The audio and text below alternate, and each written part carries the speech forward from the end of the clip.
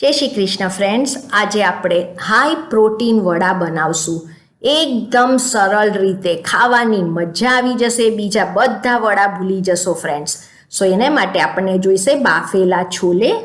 તમે છોલે બાફો ત્યારે એમાંથી પાણી કાઢી કાઢજો અને હવે આને મેશ કરશું. એકદમ કોરા બાફેલા લેવાના છે, પાણી ન રહેવું જોઈએ. હવે મેશ કરી લીધા પછી એમાં એડ કરીએ છીએ બાફેલા સ્વીટ પટેટો. આપણે બટાકાની બદલે સ્વીટ પટેટો એટલે વધારે હેલ્ધી થાય.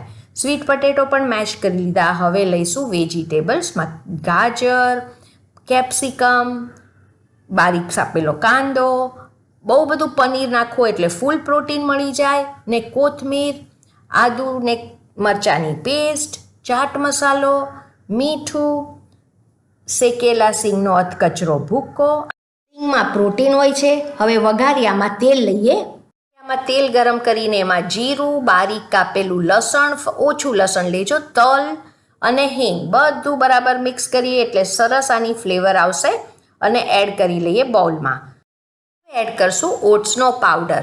ફ્રેન્ડ્સ, ઓટ્સને થોડું શેકી કાઢવાનું અને ઠંડુ પડે એટલે એને ગ્રાઇન્ડ કરીને પાવડર બનાવવાનો. હું થોડો વધારે બનાવું એટલે સ્ટોર કરીને મૂકી શકાય. હવે લીંબુનો રસ લઈએ ને બધું પાછું મિક્સ કરી લઈએ. એકવાર ચાખી લેવાનું, જો તમને તમારા ટેસ્ટ પ્રમાણે કંઈ એડ કરવું હોય તો કરી શકો છો. હવે જોવાનું કે આ રીતે બાઇન્ડિંગ આવે છે કે નહીં. જો બાઇન્ડિંગ ન થતું હોય તો 1-2 ટેબલ સ્પૂન ઓટ્સનો પાવડર એડ કરવાનો. આ ટાઈપનું બાઇન્ડિંગ આવવું જોઈએ, નહીં કઠણ નહીં સોફ્ટ, આ ટાઈપનું. હવે આપણે આમાંથી મીડિયમ સાઇઝના બોલ્સ બનાવશું. એને માટે પહેલાં હાથ પર આ રીતે થોડું તેલ ચોપડી લઈએ અને મીડિયમ સાઇઝના આ રીતે બોલ્સ બનાવવાના છે.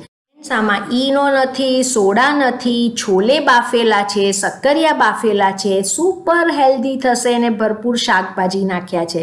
સો આ રીતે બધા બોલ્સ તૈયાર કરી લઈએ.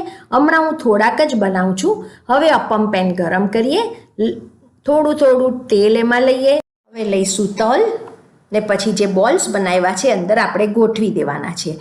ફ્રેન્ડ્સ, આપણે આમાં પનીર પણ નાખ્યું છે એટલે વધારે આપણે પ્રોટીનનો યુઝ કર્યો છે આમાં.